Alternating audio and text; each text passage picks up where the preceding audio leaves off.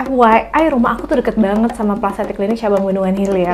Dan saya ada pasien-pasien yang suka, dok aku mau kontrol dong hari Minggu. Oh nggak apa-apa, selama saya nggak di luar kota itu udah tinggal hop gitu, deket banget. Deket banget ya dok. We cannot fix only one piece of puzzle gitu. Jadi kadang-kadang kita ngelihatnya tuh harus holistik gitu, baru dia menciptakan suatu gambar atau suatu treatment yang memang holistik. Plastik ini tuh sebenarnya nggak cuman beda plastik gitu. Jadi kadang-kadang sesi konsultasi itu penting banget gitu, karena saya sering banget ketemu sama pasien and then I heard the story behind why they need plastic surgery gitu.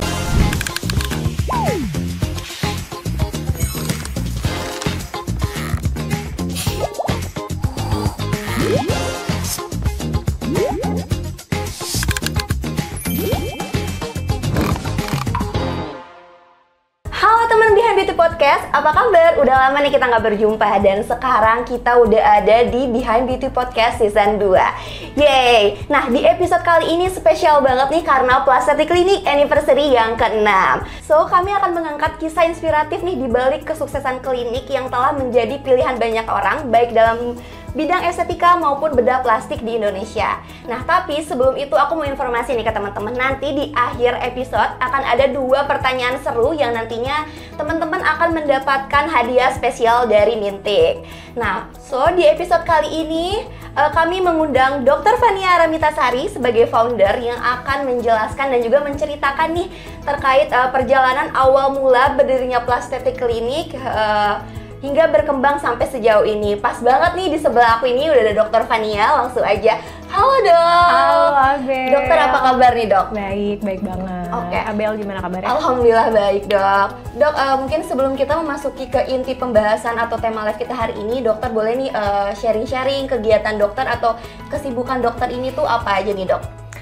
Kesibukannya yang pertama yang pasti ngurus suami anak, terus praktek, itu aja sih. Praktek di klinik, ketemu pasien, kemudian bikin podcast bareng Abel, Bikin konten juga ya dok ya? bikin konten, sama intinya sih kita pengen edukasi ke masyarakat ya. Kita pengen banyak edukasi ke masyarakat tentang bedah plastik tuh apa sih sebenarnya gitu. Oke dok, mungkin sekarang tuh nggak kerasa banget ya dok ya, ternyata Plastik Klinik ini tuh sudah memasuki tahun ke-6. Iya, ya kalau kan? orang udah mau masuk SD ya.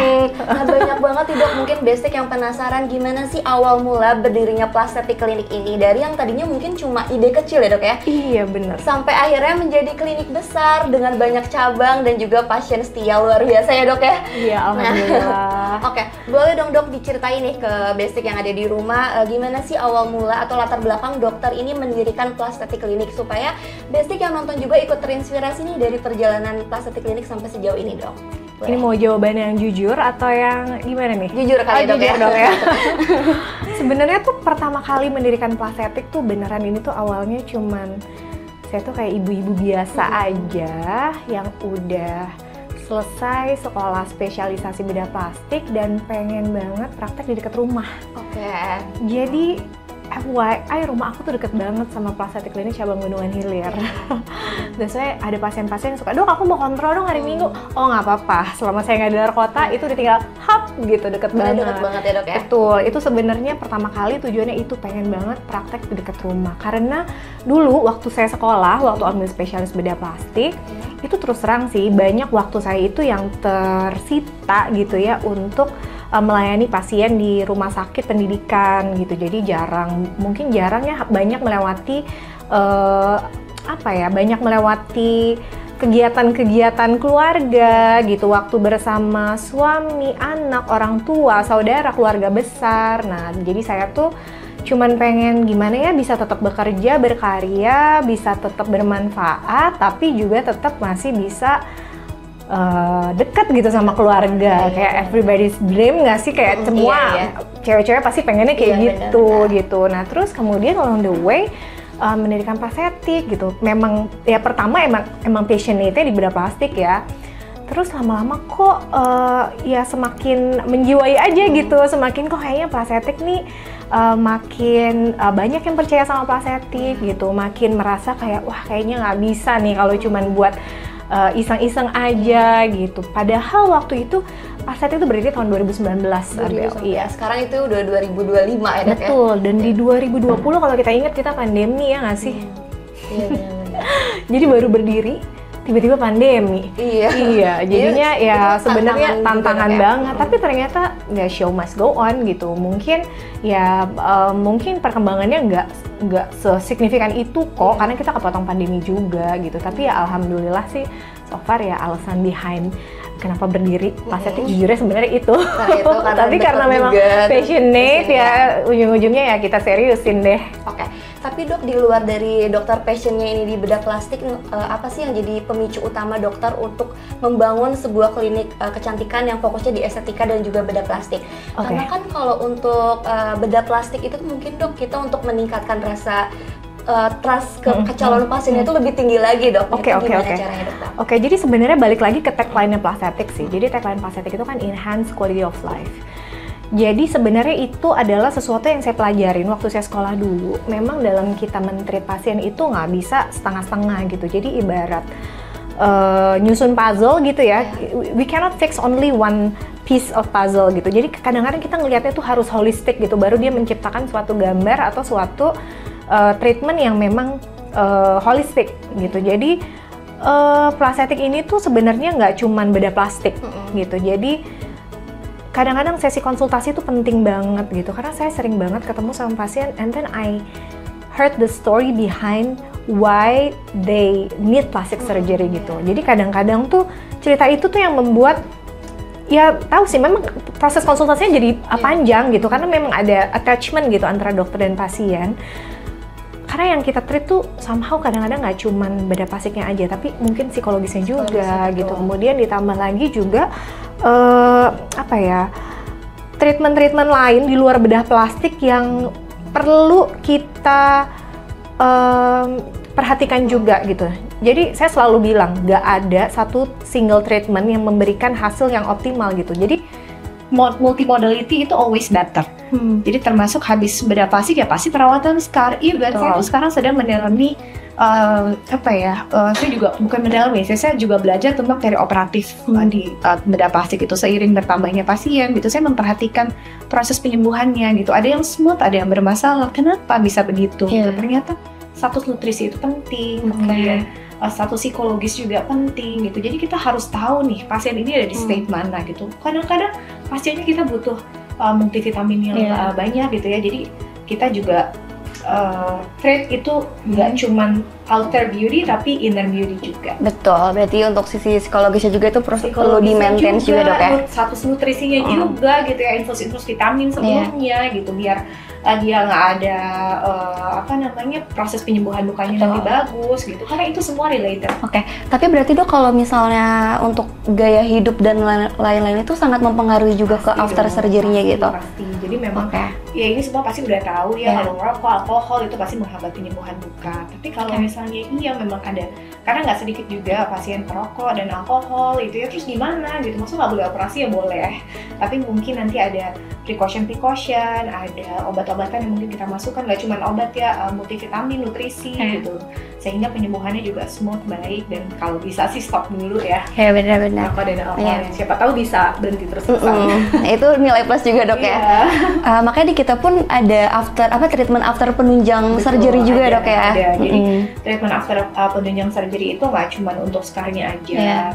Tapi juga untuk mengembalikan status nutrisi tubuh, atau habis minum antibiotik lama butuh probiotik misalnya, terus kemudian juga nanti status misalnya nutrisi vitamin D-nya juga harus diperbaiki gitu, banyak sih.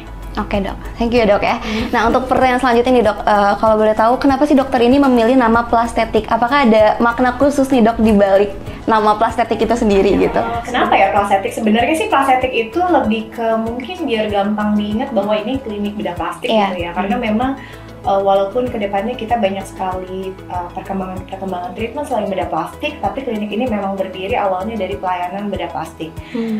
Jadi plastic surgery, estetik gitu ya. Sebenarnya estetik pun itu, bedah plastik itu kan seperti gelarnya ya, SPBP RE itu adalah rekonstruksi dan estetik. Jadi sebenarnya nggak melulu tentang estetik. Dan menurut saya juga itu sebenarnya sesuatu yang nggak bisa dipisahkan gitu. Dalam melakukan rekonstruksi juga pasti dokter bedah plastik akan memikirkan estetiknya gitu. Sebaliknya dokter estetik pun, dokter bedah plastik yang berkecimpung di estetik dalam melakukan operasi estetik juga harus memikirkan rekonstruksi atau fungsionalnya gitu. Jangan sampai tambah cantik tapi secara function berkurang gitu. Jadi memang kedua itu harus kita apa ya, bikin seimbang lah. Iya betul, seimbang dan saling mendukung satu sama lain. Oke, berarti plastik klinik itu plusnya itu plastik, estetiknya Iya gitu ya. Jadi gabungan, aja, betul. Tapi ternyata nggak tahu deh, susah nggak tuh disebutnya. Oke dok, terus boleh diceritain nggak dok, selama dokter atau saat dokter mau membangun klinik kecantikan ini, bedah plastik ini, tantangan terbesarnya tuh ada nggak sih dok? Boleh sharing-sharing nggak sih dok sambil kita throwback gitu? Tantangannya tuh mungkin apa ya? Sebenarnya banyak senangnya sih, lebih ke ya tim kali ya, gitu kan. Makin lama itu kan plastik itu kan yang awalnya cuman beberapa orang gitu, lama-lama tuh banyak banget timnya gitu. At certain point saya mungkin sama teman-teman di cabang nggak semuanya kenal, mungkin ketemu di jalan sama teman-teman di cabang belum tentu gitu saya bisa recognize gitu kan, karena ya itu sih tantangannya mengelola tim tuh ternyata nggak gampang gitu. Ternyata menjadi pendiri plastik saya juga harus bisa memiliki tantangan memberikan contoh yang baik, artinya memberikan memberikan role model yang baik lah gitu. Seperti personality-nya plastiknya apa sih gitu. Jadi pengen bikin kayak pokoknya pengennya sih timnya itu yang sesuai dengan personality-nya plastik gitu, yang apa sih tujuannya plastik sama gitu. Jadi kita satu visi satu misi. Itu sih tantangannya mengelola tim. Benar, mengelola tim sih dok, itu tantangan terbesarnya mungkin. Saat dokter membangun klinik ini nih dok, ada nggak sih orang yang dokter percayai gitu loh dari nol? Percaya dari nol, siapa ya? Suami saya kali ya. Keluarga balik lagi kali ya dok ya. Karena memang suami saya kan memang basicnya memang bukan dokter, memang dia memang bidangnya tuh memang di business and management, jadi yang mungkin actually he's behind this all gitu kan. Kalau nggak ada dia saya juga nggak ngerti sih how to build plastik gitu. Jadi yang percaya dari nol ya sampai sekarang ya tentunya yang selalu ada buat support dan always there ya suami. Oke. Dan orang tua ya pasti. Benar, suami dan orang tua, dan sekarang ada anak juga dok ya. Ya oke. Dok, boleh tahu nggak sih apa nilai utama dokter dalam membangun klinik kecantikan ini gitu? Nilai utamanya adalah giving the best for patient. Saya selalu bilang sama tim ya.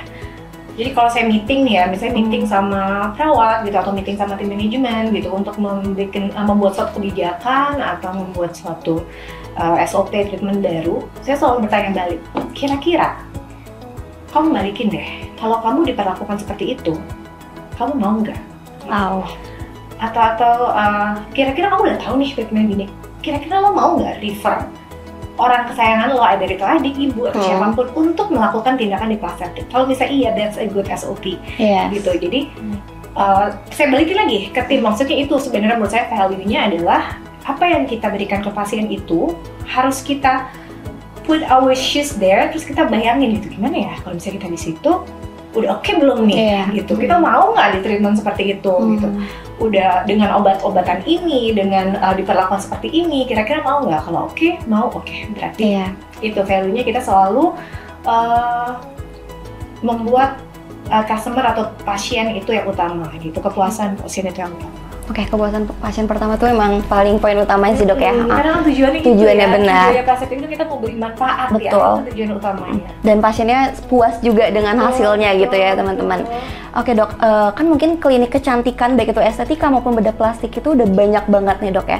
Tapi boleh nggak sih dok dijelasin apa sih perbedaan antara plastik klinik ini dengan klinik-klinik lainnya gitu dok? Perbedaannya, jadi plastik itu nggak tahu, sebenarnya bukan masalah pembedanya. Jadi mungkin setiap klinik pasti punya personality atau apa itu sebetulnya branding kali kalau anak muda sekarang yang berbeda-beda gitu. Tapi sebenarnya tanpa kita buat branding ini, jadi plastik itu dikenal sebagai emang banyak perempuannya gitu. Jadi kayak kliniknya perempuan banget gitu. Dan apa ya, mungkin sebenarnya kita ada juga untuk bedah plastik laki-laki gitu, tapi bukan laki-laki berjiwa perempuan ya, tapi pendekatannya itu ke perempuan nyaman gitu. Jadi mungkin membuat perempuan itu nyaman di sini. Jadi di sini tuh kebetulan kalau di Jakarta itu kita ada saat ini sih 7 kalau nggak salah, 7 yang di Jabodetabek ada 7 dokter bedah plastik, itu 5 diantaranya memang subspesialis estetik lanjut konsultan. Jadi artinya memang kami berdedikasi untuk mendalami tindakan estetik gitu, belajar terus belajar gitu, dan nggak sedikit tim-tim estetik itu yang pokoknya nggak pernah berhenti update ilmu ya, either itu jadi pembicara atau bikin paper untuk updated teknik gitu. Jadi kita tuh everything is not all about money gitu. Jadi maksudnya semua juga pasti begitu sih. Tapi menurut saya itu yang menurut saya tuh dokter-dokternya tuh kayak nggak apa ya, cewek-cewek tuh nggak terlalu, kalau saya lihat tuh kita sama gitu, satu vibes gitu, satu pokoknya buat kita berani say no to patient gitu. Kalau menurut kita ini kayak udah berlebihan ya, atau ini kayaknya udah nggak sesuai gitu, itu kita berani mengatakan itu. Dan kalau bisa memang kita memberikan memang sesuai dengan kebutuhan pasien gitu. Jadi nggak apa ya, nggak over treatment juga ke pasien gitu. Dan mudah-mudahan juga kita jaga harga juga nggak overprice. Iya benar. Oke, berarti dokter pun bisa say no gitu kan. Misalnya kayak pasien pengen dioperasi, terus dia ngasih tunjuk referensi, tapi kan disesuaikan juga dengan kebutuhannya gitu ya dok. Karena kalau di bedah plastik itu memang ada kondisi yang kita sebut dengan body dysmorphic disorder gitu. Itu adalah memang suatu kondisi psikologis yang dia tuh kayaknya nggak puas aja terus. Itu terus nggak puas, terus kayak pengennya tuh udah mancung, pengen tambah mancung, misalnya udah kurus pengen tambah kurus gitu. Ya pokoknya tugasnya dokter bedah plastik itu adalah membantu pasien untuk memberitahu bahwa normalnya tuh kayak gimana gitu, bahwa nggak ada orang yang sempurna gitu. Kalau kita mau aiming for perfection nggak akan dapet gitu. Jadi yang balik lagi tadi, kita benar ini harus holistic gitu. Jadi kadang-kadang nggak cuma luarnya, tapi kayak kejiwaannya juga. Makanya penting banget, biasanya dokter selalu menganjurkan untuk konsultasi terlebih dahulu kayak gitu. Itu penting banget ya teman-teman. Konsultasi, nggak usah tindakan terburu-buru gitu ya, yang langsung ini juga tindakan gitu. Ya bisa sih kalau cuma kayak tindakan-tindakan yang ringan gitu bisa. Tapi untuk tindakan-tindakan yang besar atau agak life changing gitu, ada baiknya kok cek darah dulu ya lengkap, pemeriksaannya lengkap dulu gitu ya, cek jantung apa segala macam, terus kemudian kita screening baik-baik, banyak-banyak searching, banyak cari second opinion, gitu. Jadi setelah yakin baru kita lakukan tindakan plastik. Jadi jangan impulsif. Betul teman-teman ya. Ya makanya ada konsultasi dulu tuh. Terus abis itu kita juga menganjurkan untuk tes lab gitu dok ya, cek untuk lab beberapa gitu. Tindakan ya, maksudnya enggak. Kalau ada sih tindakan-tindakan aja kayak cuma eksisi tai lalat gitu sih saya nggak perlu ya.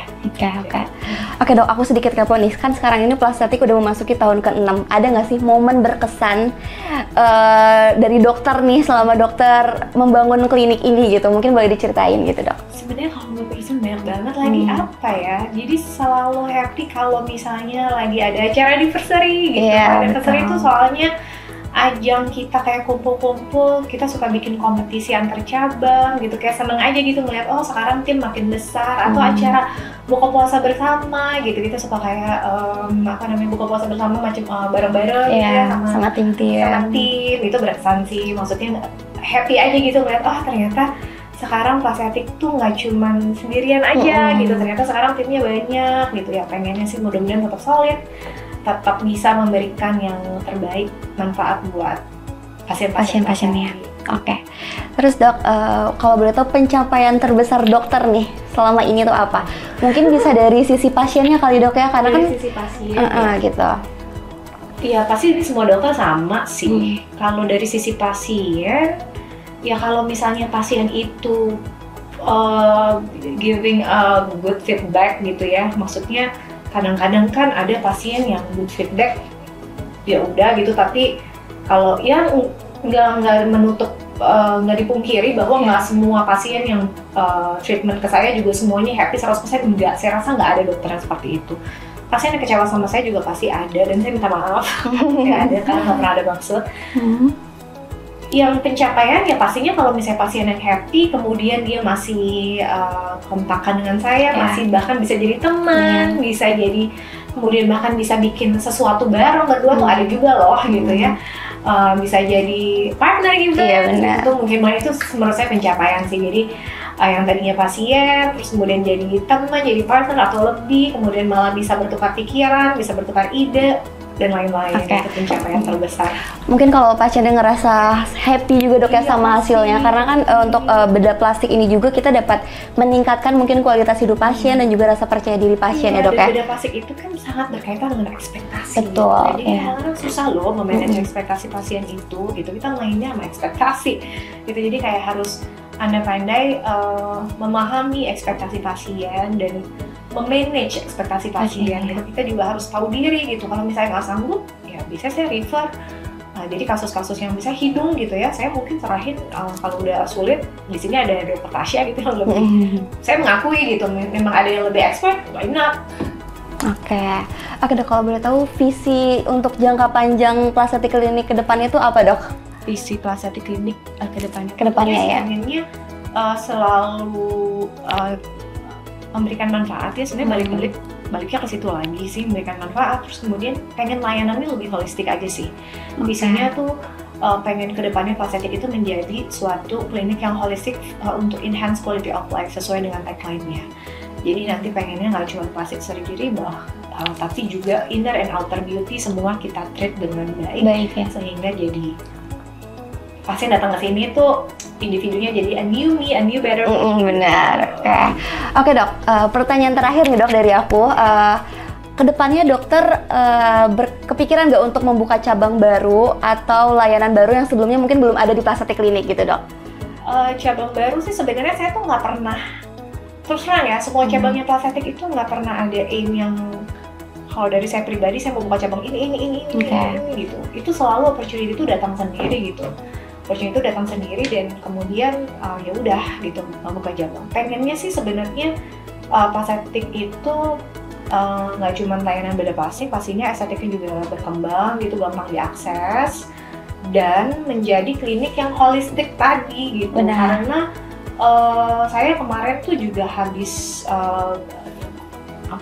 belajar integrative medicine juga gitu ya, belajar sama dokter-dokter yang memang udah duluan mendalami integrative medicine. Menurut saya itu kayak sesuatu banget gitu, karena itu related ke semua bidang termasuk bedah plastik. Dan saya pengen sih dan bukan sekarang sih udah berjalan juga ya, jadi semua pasien Plastetik itu kita treat itu dari preoperatifnya gitu, kita cek status kesehatannya gitu. Jadi pada saat operasi itu dia harus siap menerima stres operasi, kemudian pasca operasinya juga kita treat supaya dia tetap sehat. Jadi selain tambah cantik dari luar, tambah enhance the quality of life dari luar, tapi dari dalam itu juga nutrisinya terjaga, kemudian hormonalnya balance gitu, terus kemudian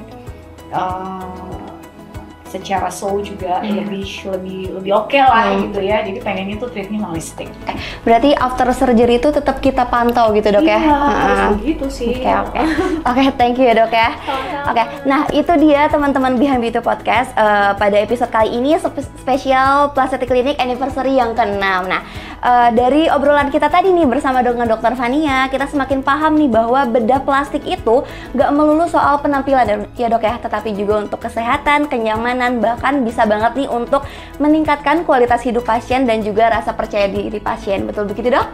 Betul. Oke. Nah, sesuai dengan yang tadi udah aku mention di awal bahwa aku mau ngasih 2 pertanyaan seru nih buat teman-teman yang bisa jawab, langsung aja tulis di kolom komentar.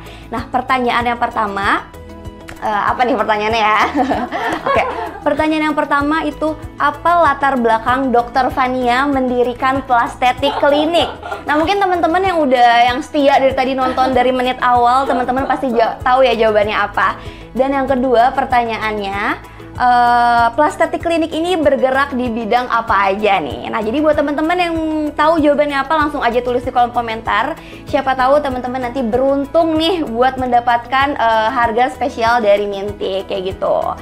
Oh ya, buat teman-teman yang belum tahu, Plastetik Klinik ini ada di cabang Bendungan Hilir, ada di cabang Alam Sutra dan juga Semarang, dan soon kita akan grand opening juga dok ya di Pantai Indah Kapuk. Jadi buat kalian yang warga Jakarta Utara bisa langsung aja nanti datang ke grand openingnya dan langsung mulai treatment di sana.